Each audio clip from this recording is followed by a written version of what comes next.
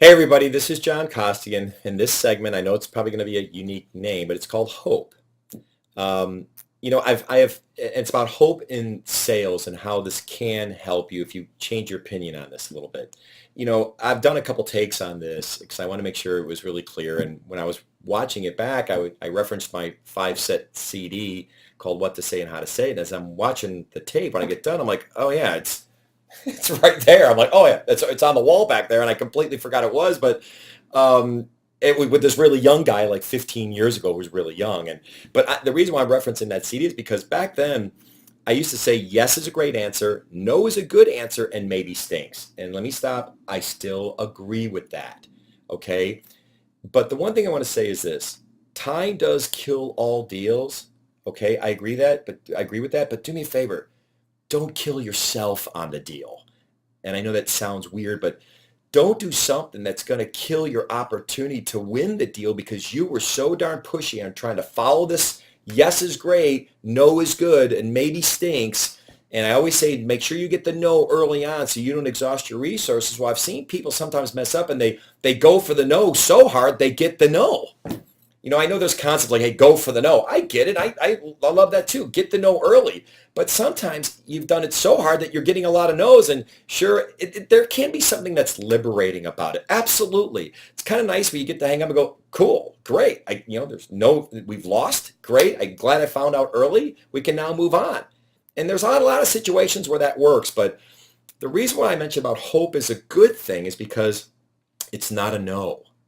And I want to make sure that you're not losing the deal because you tried to follow this darn methodology 15 years ago and you pushed so darn hard that you got the no. I mean, you got a great company and a great product. Just make sure that you're the one who doesn't screw this up by going for this concept. One of my favorite movies is Shawshank Redemption. Most of you have probably seen it. Phenomenal movie. And right towards the end, Morgan Freeman's underneath a tree by a rock wall, and he's reading this note that was left to him by Tim Robbins when he escaped from prison. And he's reading it. And of course, you hear Tim Robbins' words as Morgan's reading it. It says, Red, and that's his character's name. He goes, Red, remember what I said. Hope is a good thing, maybe the best of things.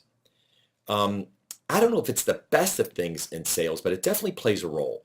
Don't lose your opportunity because you're trying to push so hard to get the no that you might have gotten a yes a little bit farther down the road, but you were impatient. Okay?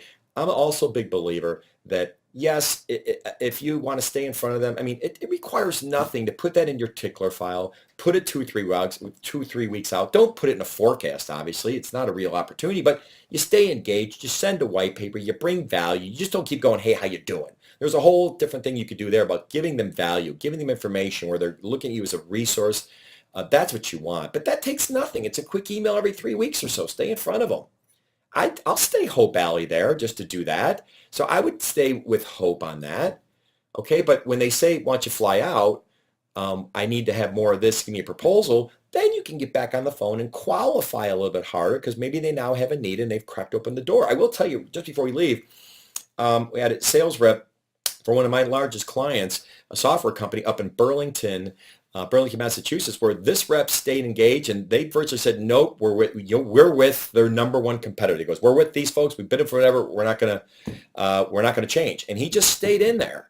And he just stayed in there, kept staying, sent an email about every 3-4 weeks. And his name's Mark. This is the rep's name. Well, next thing you know, he pinged this person and the VP called him up and said, you know something? They just screwed up. You just got another shot to get back in, and they nailed this deal, and it was huge. The deal was so big, it probably should have gone to the field, but since this inside rep did such a great job, they wanted to work with him.